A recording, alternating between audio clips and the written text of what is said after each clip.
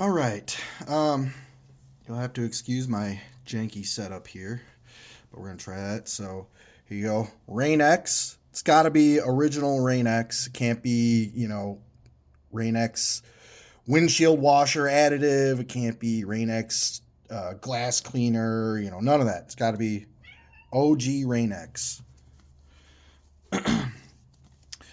So we're just gonna put a little dab, and that was probably too much, but that'll be okay. Just gonna put a little dab on a cloth here, and yeah, be careful not to get it on the label. And I'm being extra careful just because I'm in kind of a precarious position right now.